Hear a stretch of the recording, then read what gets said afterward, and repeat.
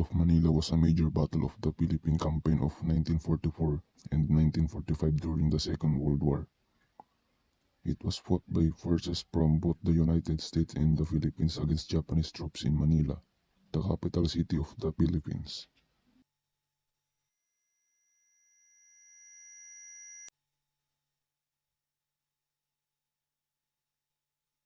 MacArthur Yamashita in the Battle of Manila tells the story of one of the most brutal chapters in history of World War II.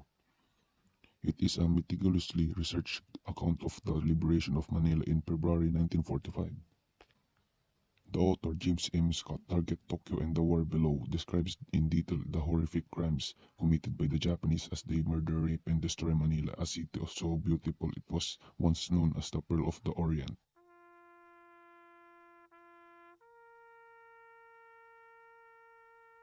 Rampage begins with Douglas MacArthur standing on the porch of his Philippine Island evacuation to Australia with his wife and son to the night of March 11, 1942. The Japanese entered Manila on January 2, 1942 and terror was rife throughout the city. American civilians and Filipinos feared the Pacific. What everyone was thinking. No danger will not come from the skies, no danger will be living among us. The author uses countless journals and diaries from Filipinos, Americans, US soldiers, and Japanese soldiers when describing the events which took place in Manila in February of 1945. Of journals were countless. It clearly illustrates a fresh and much needed approach to a difficult subject.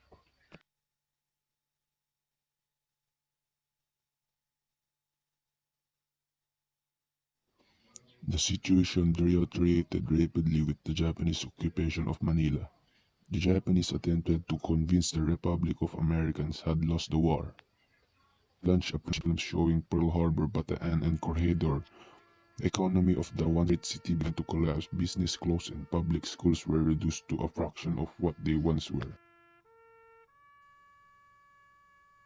It became very clear the Japanese made no effort to maintain the infrastructure of Manila. One Labrador, a Spanish priest, wrote in his diary, "City life has become abandoned or even sold off. This is told in graphic detail. The University of Santo Tomas was established as an entertainment camp where for nearly 3 years over 4,000 foreign nationals."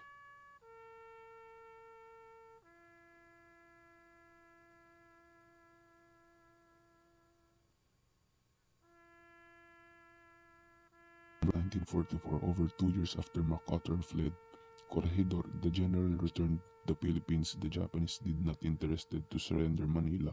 On September 25, 1944, General Tomoyuki Yamashita was given command of all ground forces in the Philippines.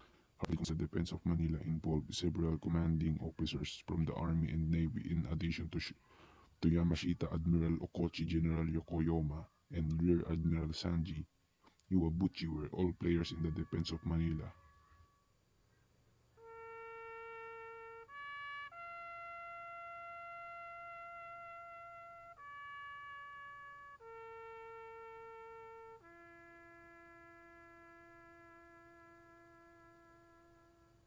The last stronghold held by the Japanese was the agriculture building, and it was there where Iwabuchi held up.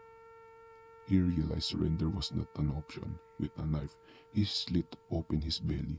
On March 3rd, the Battle of Manila was over. The destruction of Manila was complete and its consequences would last for generations. Yamashita was tried by a military tribunal and on February 23, 1946, he was hung.